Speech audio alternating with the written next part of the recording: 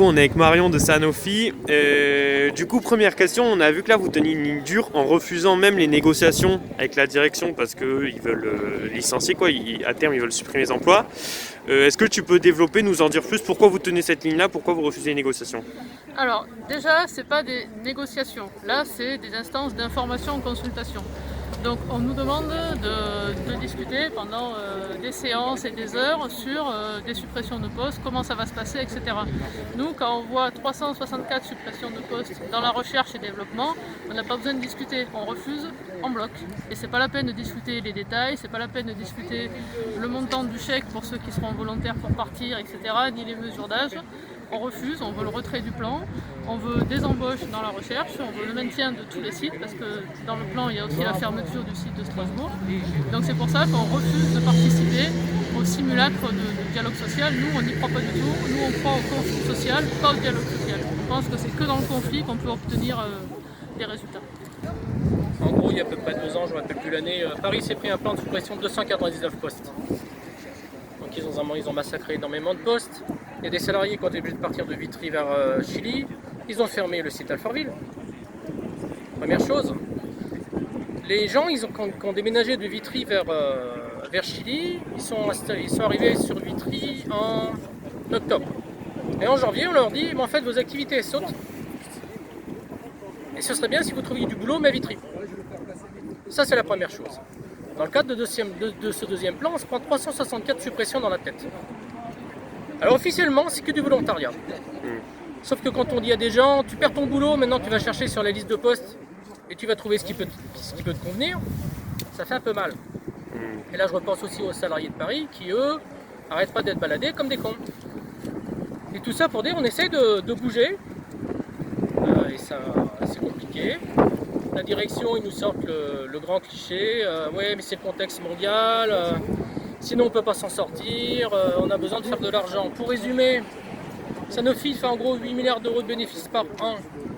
Tous les ans, il y a 4 milliards qui partent aux actionnaires. Et on nous a dit dans ce dernier plan, il faut faire 2,5 milliards d'économies. Moi, les 2,5 milliards d'économies, je les ai déjà trouvés. Ça ne marche pas comme ça. Le problème, c'est que pour faire des économies, la direction a une seule solution. Supprimer des postes et des activités. Et se lancer sur les activités qui payent le plus surtout. C'est les médicaments qui vont rapporter le plus d'argent. Il y a d'autres établissements de Sanofi là en France qui sont concernés par des luttes, notamment à Sisteron et à Chilly-Mazarin. Est-ce que vous avez des liens avec les grévistes de là-bas? Est-ce qu'il y a une espèce de coordination nationale ou quoi? Est-ce que vous échangez là-dessus? Alors sur les sites de Chilly-Mazarin et de Vitry, en fait c'est des sites de la recherche et développement. Pour l'instant il y a 4 sites, il y a Strasbourg, Montpellier, Chilly-Mazarin, Vitry. Donc ces 4 sites sont concernés par les suppressions de postes. Les 364, c'est sur ces 4 sites. Donc il y a des mouvements de mobilisation là-bas. C'est là que se passe aussi le CSE central, c'est là que tout est décidé, que tout est discuté. Et ensuite, quand vous parlez de Sisteron c'est un site de production où là il y a un mouvement de grève qui dure depuis un certain temps. Alors peut-être que mon camarade pourra vous en dire un peu plus sur le mouvement de grève de Sisteron.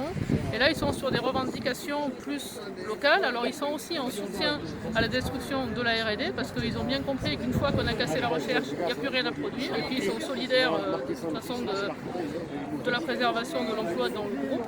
Et là ils sont sur un mouvement de grève durable sur leur site. Franck, à Sanofi, on a vu là dans l'actualité qu'il y a un mouvement de grève aussi au Bangladesh dans une usine Sanofi. Est-ce que tu peux nous en dire plus et nous expliquer la situation? Oui, alors déjà juste pour dire, on parle de la France, Montpellier, Vitry, Chilly, les autres sites en France. Il n'y a pas que la France qui se fait ratatiner, il y a d'autres sites. Là, le plan, ça va impacter aussi les États-Unis. Il y a aussi une création d'une société qui va faire sortir 6 sites du giron de Sanofi, qui impacte 2 sites français et 4 sites allemands. Ça correspond à 3100 salariés qui vont sortir du giron Sanofi.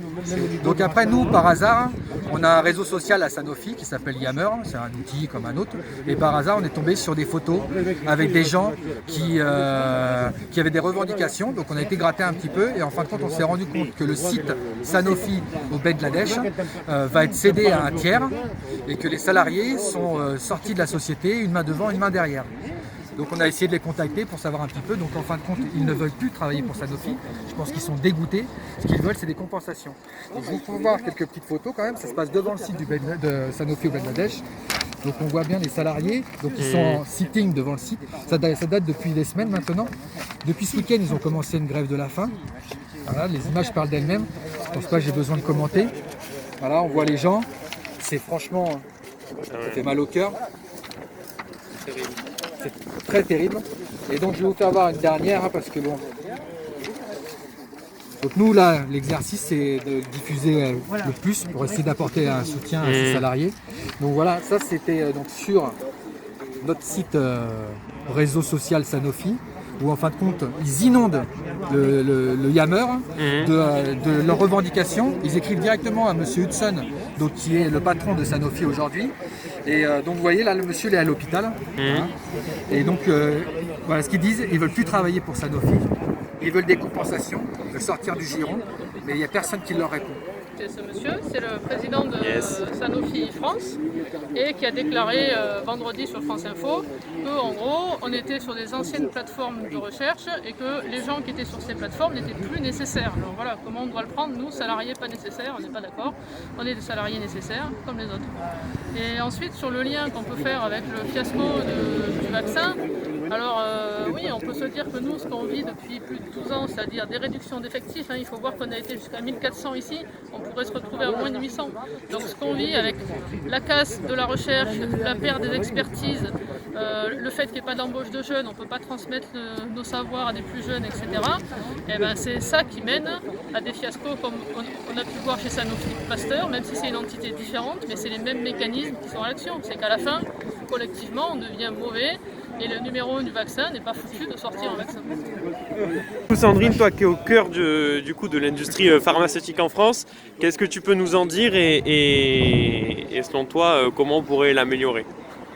Bon, déjà, on s'aperçoit que de toute façon, on ne peut pas confier la santé publique à une entreprise privée, parce qu'on voit où est-ce que ça mène. Et donc aujourd'hui, nous, ce que l'on voudrait, c'est que les axes thérapeutiques, c'est-à-dire le choix des médicaments de demain, ce ne soit pas les entreprises privées qui le décident. De quel droit elles le décident? Sanofi, par exemple, arrête de faire de la recherche sur les antibiotiques. À qui elle a demandé? De quel droit elle s'autorise à ne plus faire de recherche sur ces axes-là? Donc nous, ce qu'on veut, c'est que les axes thérapeutiques soient décidés au sein d'un comité citoyen et avec aussi des associations de patients, des associations de malades, mais aussi les gens, des salariés aussi, des chercheurs en fin de compte, pour ne plus laisser aux mains des mêmes personnes la santé publique.